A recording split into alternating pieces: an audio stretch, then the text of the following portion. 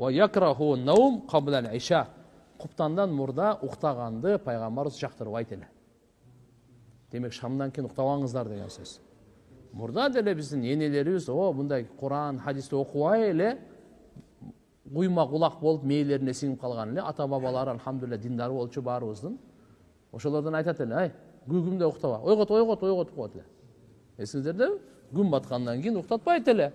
Пайгамбар саллаллаху алейхи ва саллям күн баткандан кийин куптанга чейин окуганды жактырган эмес. Макру деген муну. Куптандан кийин бекер поздорго дагы макру деген. Ар нерсе сүйлөшүп жүрөт го, ошолорго да болбойт. Маанилүү бир илим болсо, анда бир бөлөк. Болбосо куптандан кийин эң жакшы эрте уктап, эрте турган. Ден соолукка жакшы, береке, ырыскы, илим бардык нерсеге жакшы. Көп күнөөдөн сак болосуң. Түндө жүрө берсең көчөдө. Болбосо бир шайтан алып кетет сени баары. Жөн эле билбей каласың каяка түшүп калган. Жөн эле бир уурулукка соучастник болуп калышың мүмкүн. Же болбосо бирөө дагы бир маска жолуп калышың мүмкүн.